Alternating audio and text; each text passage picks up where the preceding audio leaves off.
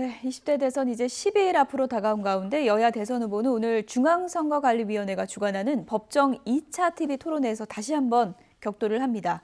권력구조 개편과 외교안보 정책을 놓고 치열한 공방이 예상됩니다. 국회에서는 또 대장동 의혹과 러시아의 우크라이나 침공 등 국내 현안을 논의하는 상임위원회도 개최될 예정인데요. 취재기자 연결해서 알아보겠습니다. 권민석 기자. 네, 국회입니다. 네, 중앙선관위원회가 주관하는 TV 토론을 앞두고 있는데 후보들도 준비 한창이겠죠. 네, 오늘 저녁 8시에 정치 분야 TV 토론이 120분간 생방송으로 진행됩니다. 여야 대선 후보들은 오늘 모두 현장 유세를 중단하고 이 TV 토론 준비에 집중하고 있습니다. 세부 토론 주제가 권력구조 개편과 남북관계, 외교안보 정책인데 어제 이재명 후보 측이 다당제를 보장하는 선거제 개혁과 대통령 4년 중임제 개헌 등 정치 개혁안을 발표했습니다. 이 후보 측은 안철수, 심상정, 김동연 후보도 모두 같은 방향으로 가고 있다면서 3지대 후보들과 연대를 통한 윤석열 후보 고립 전략을 본격화해 오늘 토론에서 어떤 논의가 이루어질지 주목됩니다. 반면 윤석열 후보는 이 후보 측 제안을 진정성이 없는 선거용으로 규정하고 맹비난할 것으로 예상됩니다.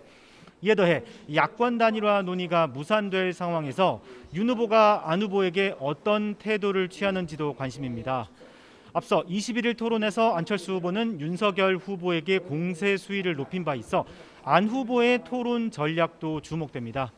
여기에 각종 현안을 두고 양보 없는 설전을 벌였던 이재명, 심상정 두 후보의 신경전이 오늘도 재현될지 관전 포인트입니다. 또 러시아의 우크라이나 침공 사태와 관련해 평화가 경제고 밥이라는 이재명 후보와 강한 억지력이 필요하다는 윤석열 후보 사이에 외교안보 정책 기조를 둘러싼 불꽃 공방도 예상됩니다.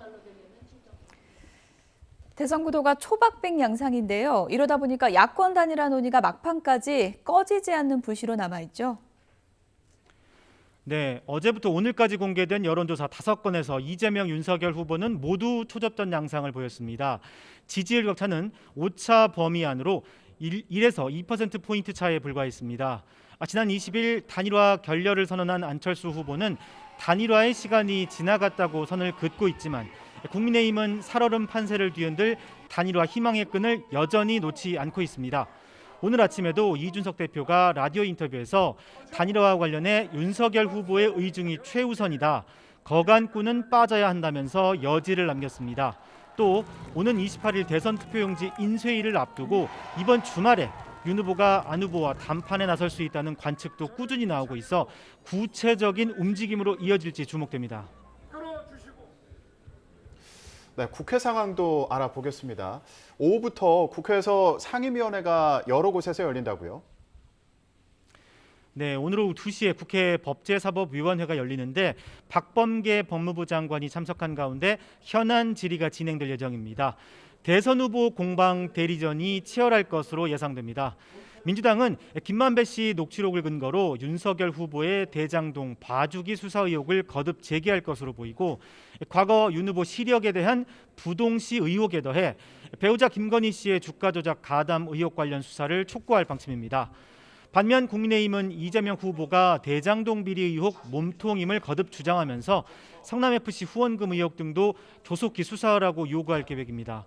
또 이 후보 배우자 김혜경 씨의 법인카드 유용 의혹과 함께 박범계 장관의 민주당 선거대책위 단체 대화방 초대를 문제 삼아 설전이 예상됩니다. 국회는 또 외교통일위원회와 산업통상자원 중소벤처기업위원회도 열고 러시아의 우크라이나 침공 사태 대책을 논의합니다. 우리 교민의 안전대책과 국제사회의 러시아 제재 관련 대응책을 검토하고 교육과 관련해 영향이 있는지도 점검할 예정입니다. 지금까지 국회에서 YTN 권민석입니다.